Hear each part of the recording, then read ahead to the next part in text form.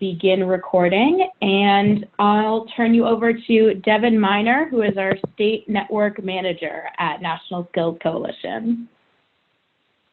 Hello, and thank you, Caroline, for that introduction.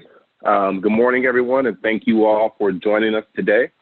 Again, my name is Devin Miner, and on behalf of the Skills for California Network, we are excited to bring to you all this webinar focusing on the update from the 2019 legislative session and a look into what is to come in 2020 as it relates to workforce development policy in California.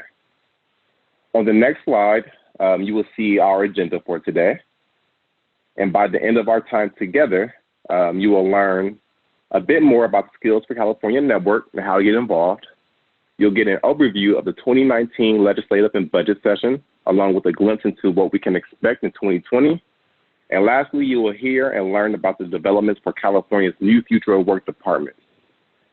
If you missed the announcement at the beginning, we encourage you all to engage with us throughout the webinar by using the chat box, either at the top or bottom of your screen.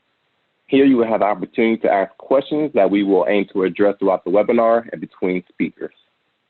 You can also tweet your questions and share some of your favorite insights from today by using the hashtag #SkillsForCA.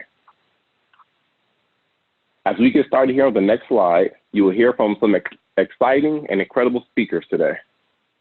In order of appearance, you will hear from me, Devin Miner, the California State Network Manager based in Los Angeles with National Skills Coalition. Secondly, you will hear from Zima Creason, the new Executive Director with California Edge Coalition. Third, you will hear from Rona Sheriff, a Senior Fellow, also with the California Edge Coalition. And lastly, you will hear a special presentation from Stuart Knox, the Undersecretary for the California Labor and Workforce Development Agency. On the next slide here, I'd like to remind everyone that today's webinar and the Skills for California Network, which was officially launched earlier this year, is powered by the California Edge Coalition and National Skills Coalition. Both organizations, in consultation with our Leadership Council, are working together to strengthen and amplify a unified voice towards state policy impact, share workforce development innovations across the network, and develop resources to inform state policy. I'll pass it over to my colleague Zima now to share a little bit more about the Skills for California Network. Zima? Thanks, Devin, and good morning, friends. The Skills for California is a statewide network of organizations advancing workforce development policies that remove systematic barriers and promote an inclusive economy for all Californians. And on the next slide, we talk about our guiding principles, which are equity, pathways to good jobs, and systems innovation. Next slide, please. We're excited to invite you to get involved. Our new website was recently launched. We invite you to visit skillsforca.org. There, you can sign up to join the network. You can click on the sign up button, and while you're there, you have the opportunity to sign up for the California Edge Coalition email list and the National Skills Coalition email list as well. And at this time, we'd like to pause and answer any questions.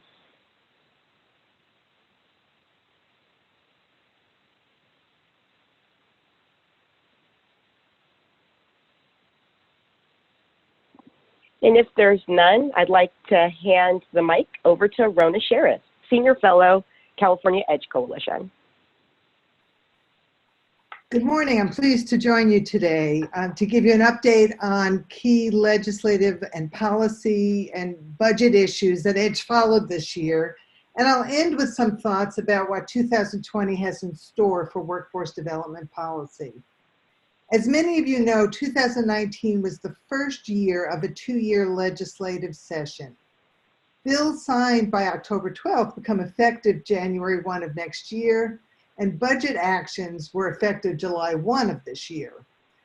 So on this slide, you'll see that one of the major issues that EDGE followed this year was the development of a state longitudinal data system. The drive to have better data comes from many perspectives. Students and parents want to know information about the outcomes of pursuing different degrees or credentials. Policymakers, providers, and advocates want better information to address appropriate interventions to improve student outcomes and close equity gaps. And academics want information for research to improve policymaking. California was one of the last states in the nation without a state longitudinal data system.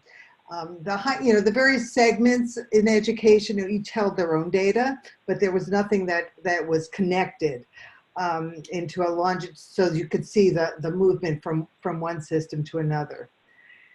Now, while the legislature and others had been interested in creating a longitudinal data system, it wasn't a priority for the last administration. But even as a candidate, Governor Newsom was interested in creating better data and included this in his proposed budget and in the state's final budget for the year. So the goal of a longitudinal data system was to create systems that work across workforce, education, and human services systems, that it would provide a better understanding of transitions between the institutions and programs, and a better understanding of what interventions make a difference in student outcomes. And thirdly, it would close equity gaps. This information would help us close those equity gaps in access and achievement. So the budget action this year included $10 million for planning and development. This will be a multi-year process. To start with, the budget language created a data work group that is led by the Governor's Office of Planning and Research and comprised of representatives from education segments, the Student Aid Commission, the Employment Development Department, Labor Agency, the Health and Human Service Agency, and they are supposed to come up with recommendations on how to implement this data system by March of next year. It also required that these representatives on this data work group collaborate with stakeholders that are interested in data. So that's folks like us. So the key issues around data, and they're big issues. One is when you create a system, we have to ensure that we're protecting student privacy. We have to determine where the data is held. Is it held in a centralized entity, or do the various segments hold their own data and you do some crosswalk between the data? You have to, another key issue is that it's public facing and accessible, because many of the, right now there is data, but it's all inside, and there's a real demand by the public to have access to it. So developing a system that is public facing and accessible, and that would require some user engagement in the design of the system. Next slide. So another issue is that was high on the agenda of the legislature this year was financial aid. At a time when we know that some form of post-secondary education and training is necessary to earn a living wage, the legislature and governor made some increased investments in financial aid and are grappling with how to retool the state's financial aid program, the California Cal Grant program. So some context here.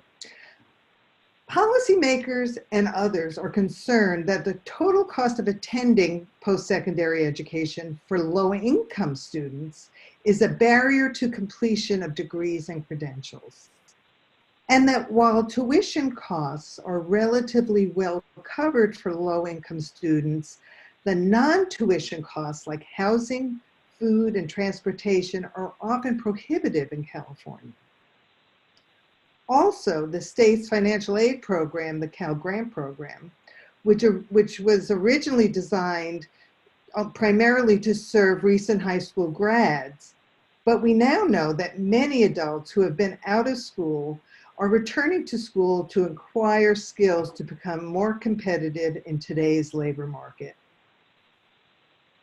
Furthermore, research shows that the total cost of attendance for community college students is higher than for students attending a four-year college or university. And that's because four-year institutions provide institutional aid in addition to the Cal Grant Award. So there is now energy behind transforming the state's financial aid system to more effectively serve today's student. So in this year's budget, there were some incremental approaches to providing more aid. The California Promise Program now provides 2 years of community college tuition free for first-time full-time students. One of the governor's initiatives was to provide money for living expenses for student parents to help them meet their family obligations so that they can complete their degrees or credentials. There was also an increase in the number of Cal Grant competitive awards from about 25,000 to 41,000, which is a big increase, but there's still a significant number of students, or about 300,000 of otherwise qualified applicants who didn't receive awards. So there are a lot of people who are not getting access to these awards. It also created the Cal Grant B Incentive Grant Program for undocumented students who perform community and volunteer services. Next slide, please. So there were 3 bills in the legislature this year to address financial aid. The first bill was Senate Bill 291, which would expand eligibility to financial aid regardless of age, time out of high school, or high school academic performance, with a particular emphasis on expanding the amount of aid available for community college students. The second bill, AB 1314, would increase the non-tuition awards to students by linking financial aid to the total cost of attendance. Both of these bills are now 2-year bills, which means they are eligible for consideration in 2020. They did not pass out of both houses of the legislature this year, and they are still a work in progress. One bill, SB 150, was a bill designed to make it easier for former foster youth to access financial aid. That bill was passed and signed by the governor this year. So some of the key issues that are under consideration this year and next is cost. To restructure this program and make college more affordable for low-income students and everyone, quite frankly, and limit the need to rely on student loans is very costly. So, so cost is a big issue, and there's a hesitancy on behalf of the administration and the legislature to provide something that they'd have to pull back on. So they're trying to be mindful about, how do you restructure this program in a way that makes sense? And it argues for a phase-in and maybe a prioritization of changes to the program. Especially because there are some fears that we may be heading into an economic slowdown, which means there would be less resources to totally overhaul and retain a commitment to that change. Another issue is how to expand the eligibility pool beyond the prioritization for recent high school grads. Another issue is how to increase the coverage of non-tuition costs, living expenses for community college students. And finally, how to simplify this program and have better communications and outreach so people understand what they're eligible for, how to plan for college, and so forth. So there remains a lot of work to be done around financial aid in 2020. Next slide, please. Another issue that was on the legislative agenda this year was dual enrollment, and creating seamless pathways for students to move from from program to program, whether it's from high school to community college or whether it's from adult ed programs to community college.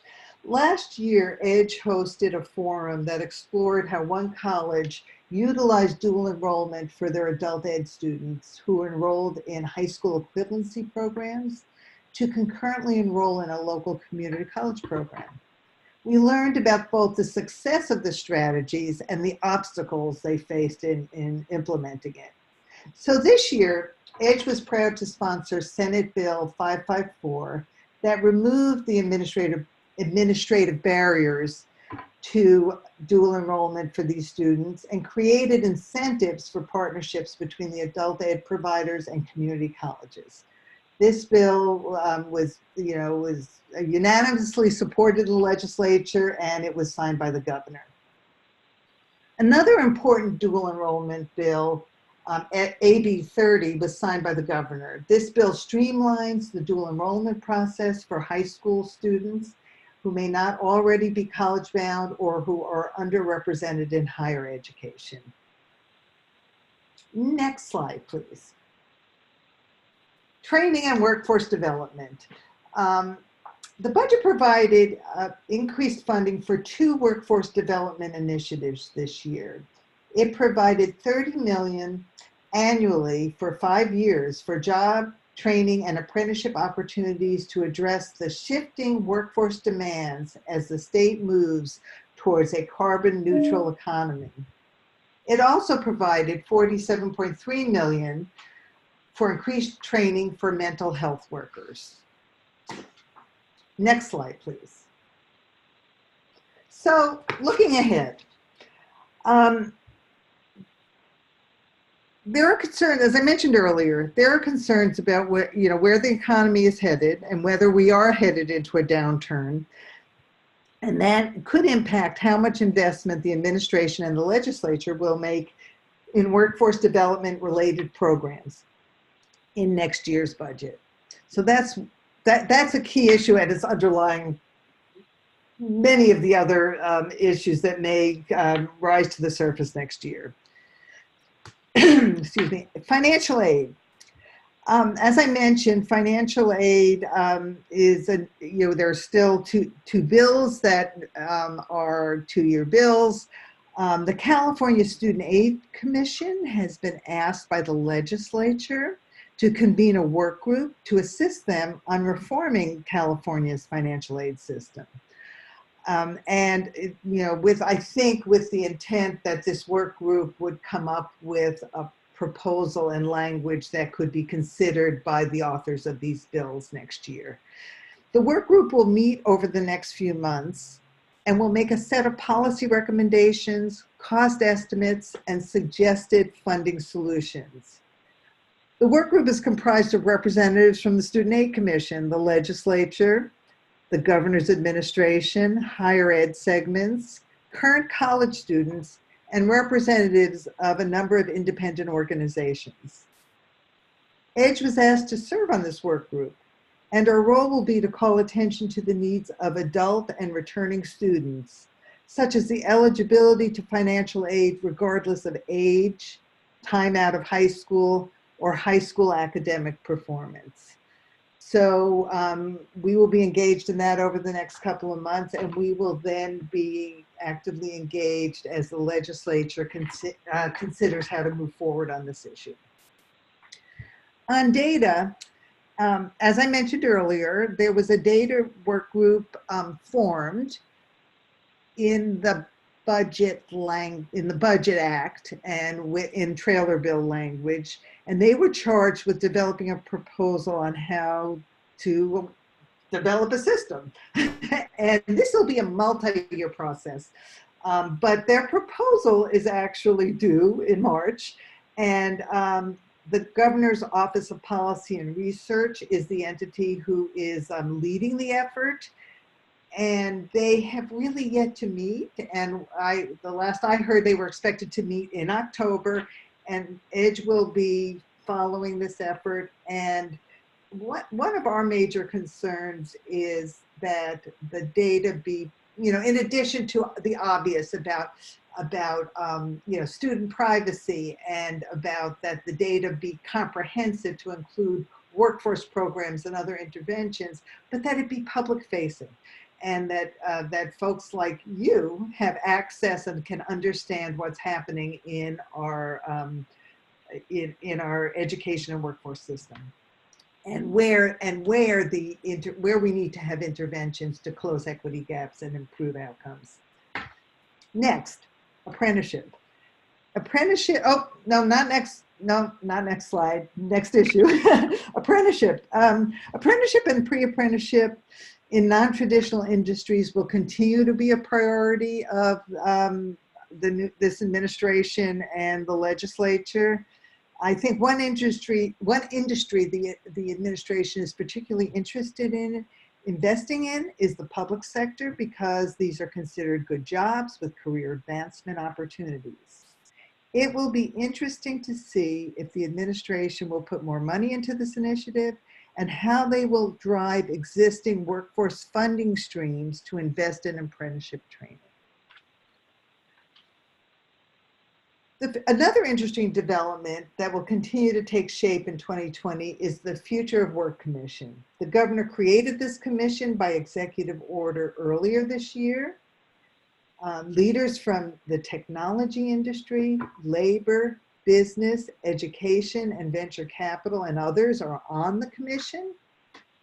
Their charge is to meet in order to understand, analyze, and make recommendations on the impact of technology on workers, employers, and jobs, and how to preserve jobs and create better quality jobs through technology. We will stay tuned to any recommendations coming out of this work. So before I introduce our next speaker, who will discuss the proposed new Future of Work Department, are there any questions?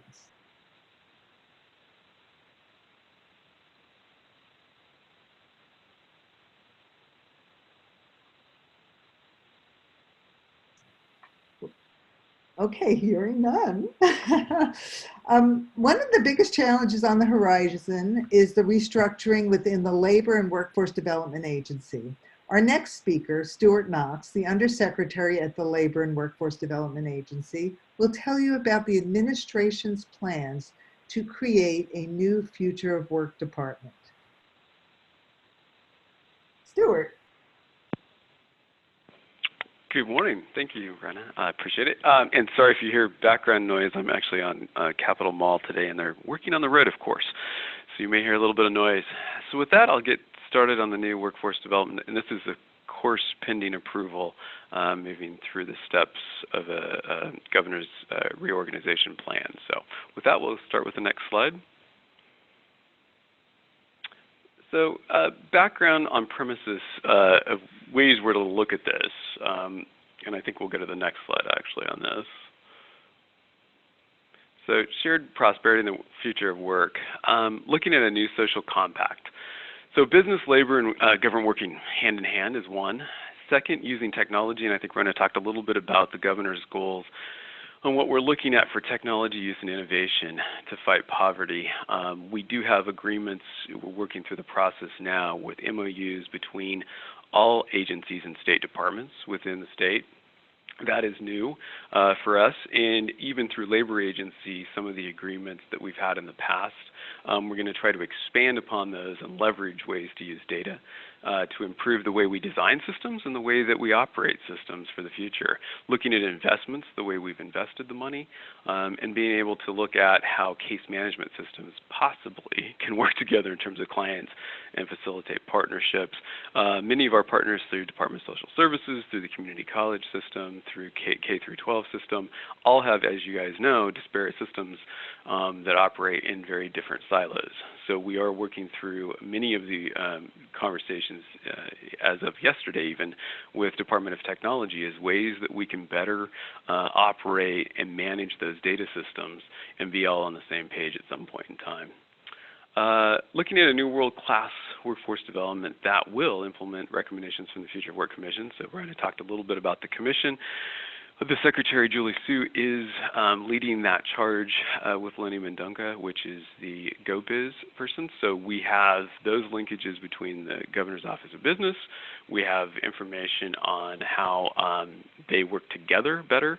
And we were going to look at how the Commission can actually inform us as we move forward towards the new proposed Workforce Development Department.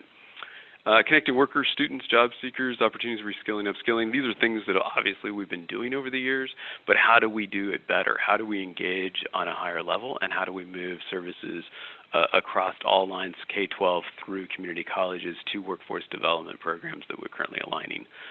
Align services and program with leading industry sector and employer needs in regional labor markets. So Tim Rainey through the California Workforce Development Board is working towards many of those goals for years, of making regional approaches to looking at programs and designs from the local boards all the way through Workforce Services Branch. One of the things that we've known, and I come from local programs, so I have a background of running local programs.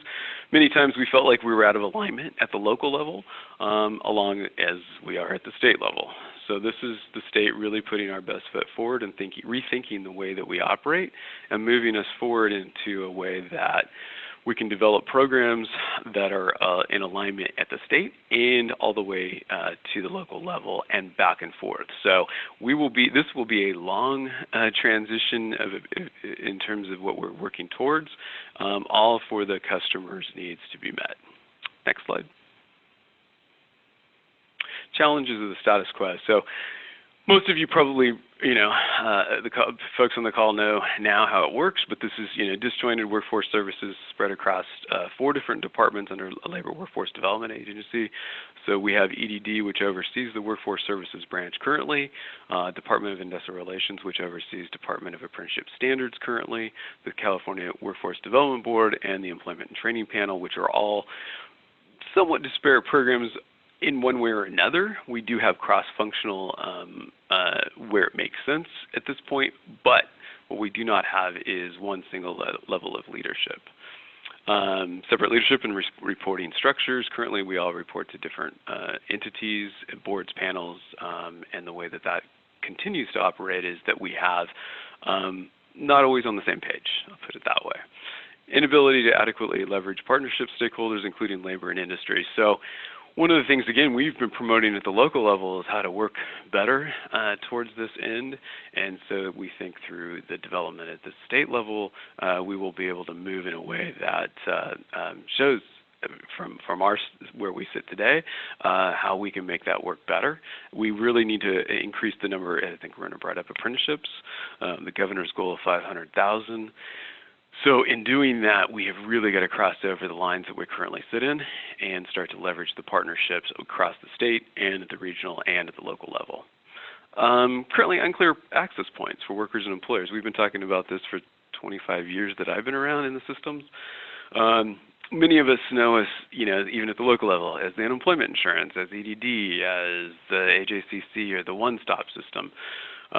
So we really are trying to push at the state level that we have one single point of identity, not that the independent partners will always have identity at the local level in one way or another, but at the state level we're really pushing that we would have a greater identity to be able to show workers and employers of one place to go. With that, next slide.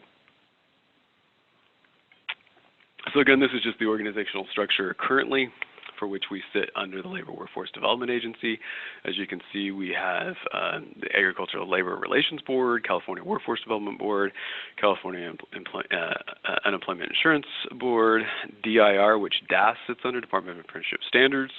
Then we have Employment Development Department, as I mentioned, Workforce Services Branch.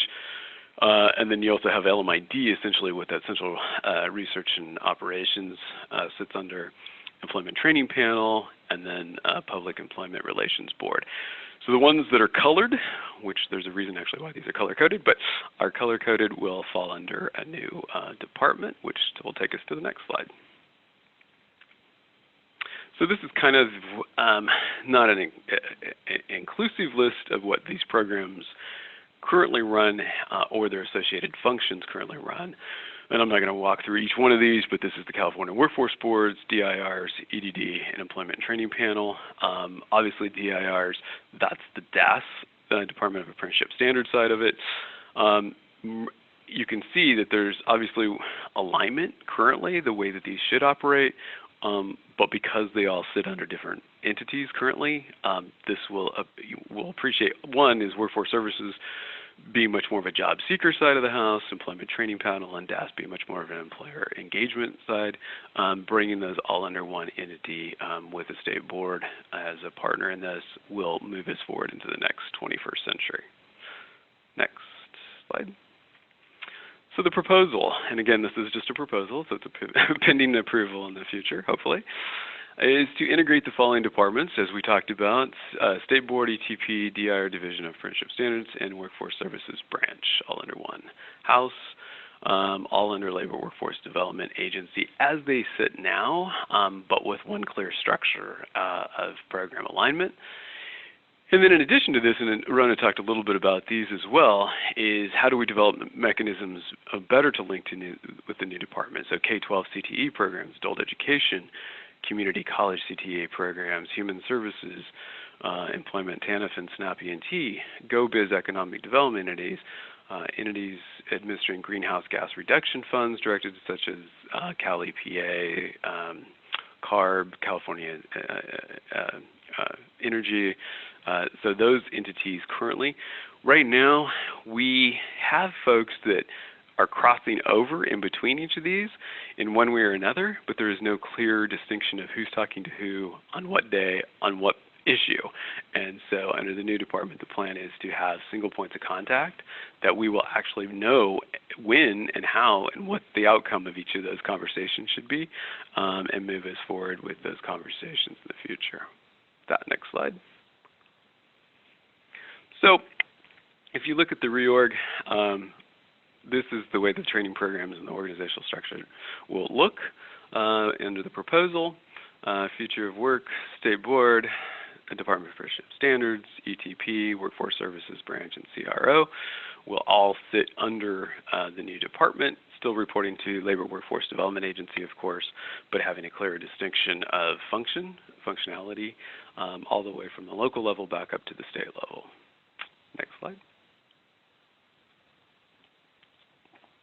So again, to put that back out there, unified executive leadership with a common organizational structure, common policy, vision, mission, and objectives, nesting of programs within a common operational infrastructure, one-stop shop for employers seeking funding for training or assistance, developing apprenticeship training programs. So this we've put a lot of time and energy on, understanding that that's probably one of the sides of the house that is the most inconsistent in one way or another. For many years, and I hope after the last 5 years of being the director of ETP, we've tried to align some of those services under the AJCC's, the one-stop system, and I think we've come a long way. This will actually move us in a direction for where folks will actually be housed in one entity, and we will all be speaking from the same podium essentially to talk about how to develop further apprenticeship training programs and employer incumbent worker training, knowing in a good economy, as thankfully we're still in, employer services is heightened, and especially on the incumbent worker training side and apprenticeship training. Shared partnership with coordination with education. Again, I've talked a little bit about that already, is how do we connect the dots better with SNAP ENT and TANF programs. This is going to be key for us to move folks from a CalWorks platform into a job training program. More rational organization of separate departments under LWDA, Workforce Employment Benefits and Tax, Labor, and Enforcement. So obviously EDD will continue to collect taxes from employers and provide benefits of unemployment insurance and SDI, and including paid family leave, and it gives them a greater focus on what those departments do and do very well. Labor law enforcement really stays under Department of Industrial Relations, still remains as our two largest, EDD and DIR as the two largest departments, with this department following those in combination of. Next slide. So it kind of builds from using the existing strengths of the organizations we currently have.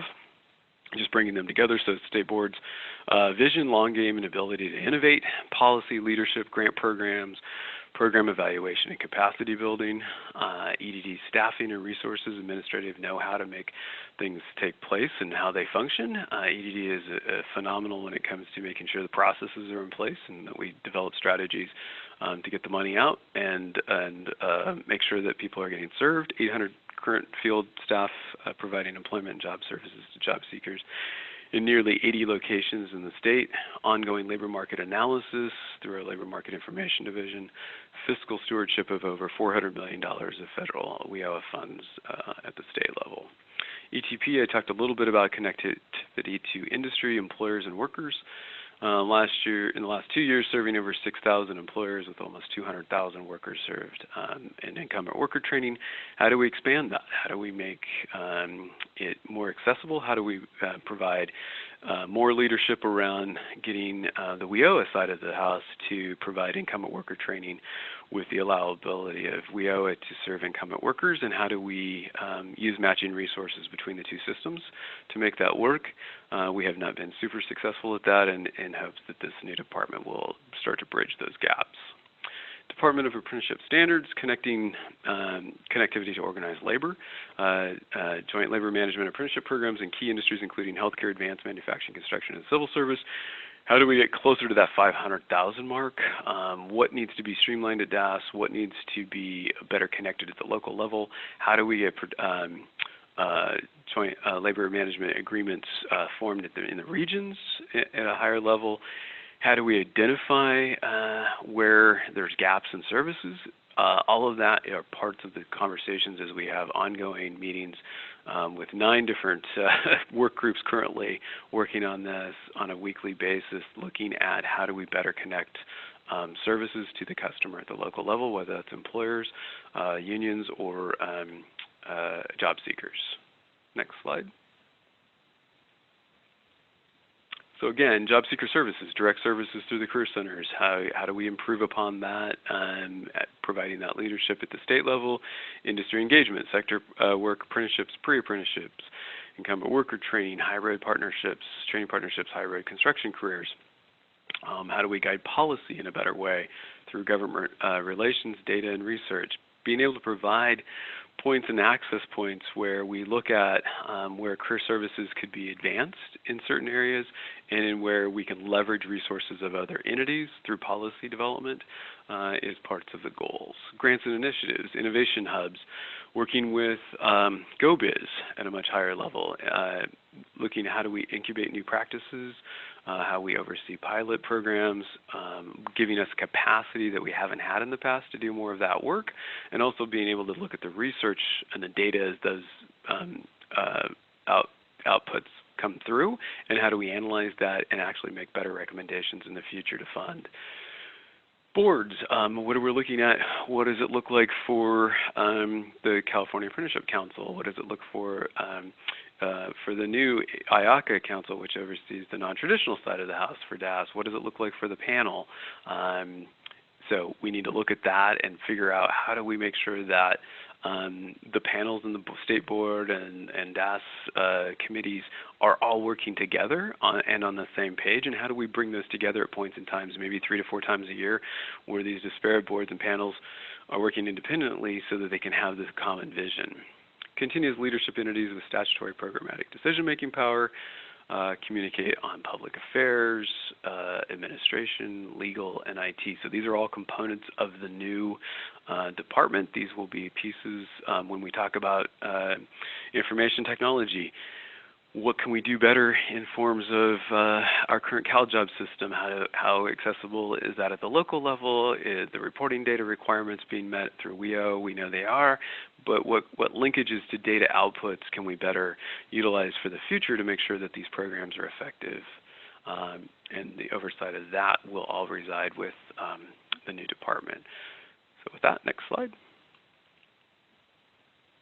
Yeah, again, I talked a little bit, measure program outcomes. Are we doing effectively what we say we're going to do, and making sure that at the state level we're accountable to the participants and the services to employers that we manage. leverage administrative program data, also looking at K-12 systems, community college systems. How are we leveraging the data that they have and we have to look at the wage-based files to make sure that folks are actually increasing in earnings as they progress through training programs. All of those investments we will look at through the new department. What IT systems do we need to look at over time? What should we be thinking for the future in terms of a new system design, that all of these components will be part of the new department. We know on day one they will not be, and we will all still have disparate systems at day one, but we're already looking at and analyzing if you have a system that is coming to its end of life, we should be all thinking about the same systems as we move forward. Engage in labor market analysis, including quality studied in future of work, deep drives on future workforce needs, again, taking the LMID data, taking in account engagement of employers. How do we utilize ETP, 6,000 employers that we're currently working with, many through the community colleges and through the Joint Apprenticeship Training Councils, through labor, and having these conversations around, are we meeting the sector needs, and what deep dives do we need to do to continue to do this type of trainings and in a better way. Utilize communities of practice and peer learning, again, making sure that we're all learning from each other and making sure that we are meeting the outcomes of our job seekers and employers at the end of the day. Provide for accountability and transparency, of course, to the legislature, to our governor, making sure that our investments are done well and that our outcomes are being met through a trained workforce, meeting those employers' needs for the future. Next slide. So some considerations as we move this forward, and new structures, organization change is always difficult. So some of the things we're looking at is sensitivity of stakeholders, and we have a lot of them, of course, which is good. Sensitivity around potential changes in boards and appointments. Currently, we are not making any considerations in terms of the appointment processes for the boards and the panels and the state board, et cetera. Those, at least today, will all remain the same. But where they are housed will change, and the way that they interact will change, which we believe will make a big difference between the way that we deploy resources and that the funds are let out at the local level. Potential need to phase in elements of the reorg. There are significant complexities, of course, in standing up a new organization, and many of you probably know some of the details around a governor's reorganization plan. So there are a lot of complexities, regulations for each of the entities. There'll be a new law, obviously, to create it, and then the regulations will have to follow. Those are over a 2-year period, and there will be emergency regs issued fairly quickly in terms of the way that the systems are set up. So again, very complex. We have 9 workers working on all of these complexities. And what does the new organization look like on day one? Again, is going to be different the way it looks in 12 months and in 24 months thereafter. And even in, I don't know if this is going to be one of the questions, even in terms of where we're housed. Obviously, currently we're all in different buildings for the most part. There is even a plan for some considerations of a consolidation under one, at least in Sacramento, obviously, one building. And at the local level, where ETP and Department of Apprenticeship Standards has separate standalone buildings, we are making considerations of those moving into either AJCC's one-stops or into EDD buildings, depending on where we are in their lease agreements, and so those are also considerations we're making now. New organizational functions may require funding sources. If you're at the state level, you understand kind of how the budget change proposals or processes start, and those will not be done in year 1. Those will have to come in year 2, and so that is one of the components where we will set up the new organization with existing resources for the most part in year 1. Which the new department will house about 1,800 staff under that new organization. So most of it will all be brought under one roof with existing resources to date. With that, next slide. So rough timeline a little bit. Develop high-level organization chart, internal buy-in, which is currently where we are today. Developed a detailed work unit of organizational charts. That has, for the most part, been done and developed.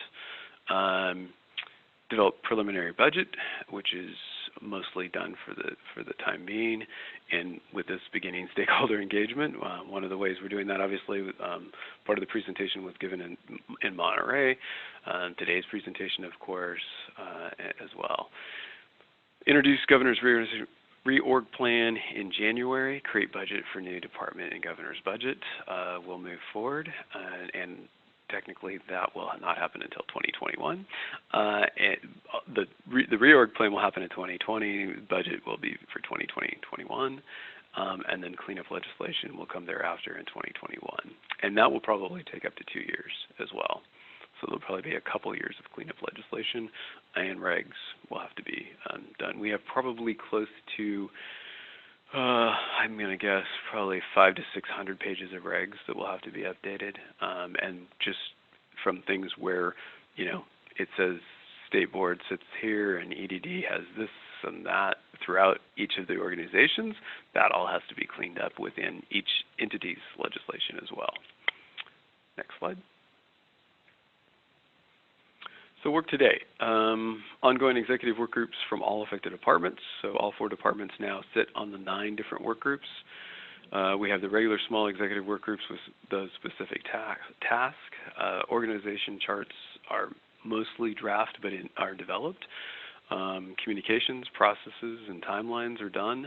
Meeting with government, what we call GovOps, government operations agency on an ongoing basis. They are the ones usually tasked with the GRP. They have done the last 2 large GRPs under the Brown administration.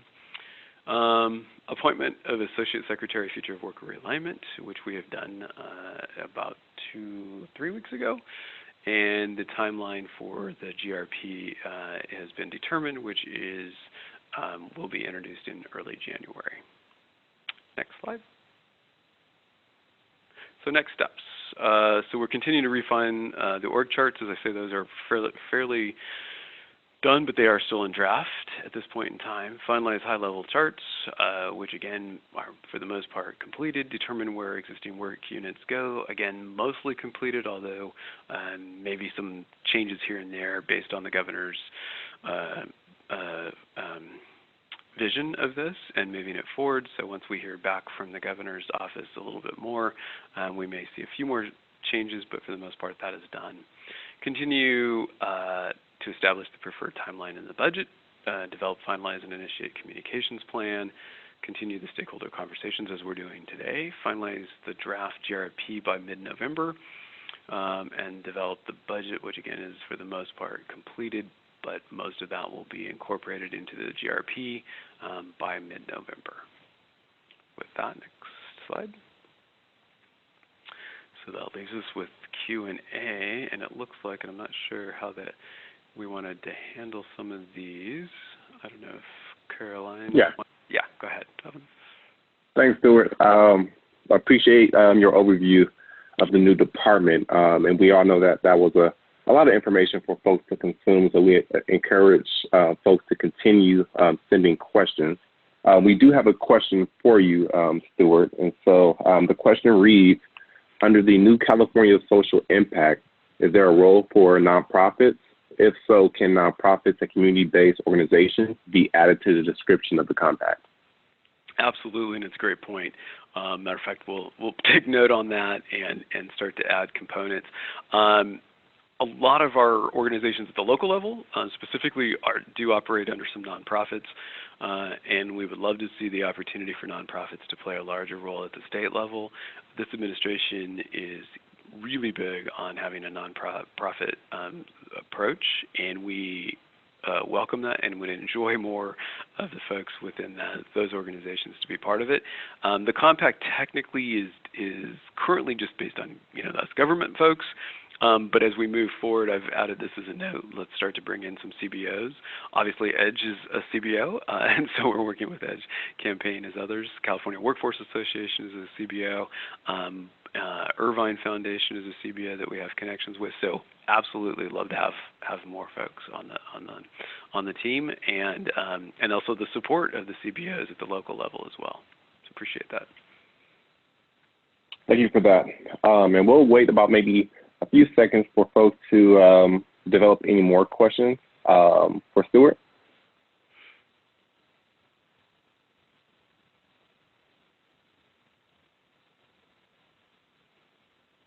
And again, if you all have any other questions that may arise after this webinar, we encourage you to either submit them to us using the hashtag #SkillsForCA hashtag, and we'll also be sharing our contact information at the conclusion of this webinar.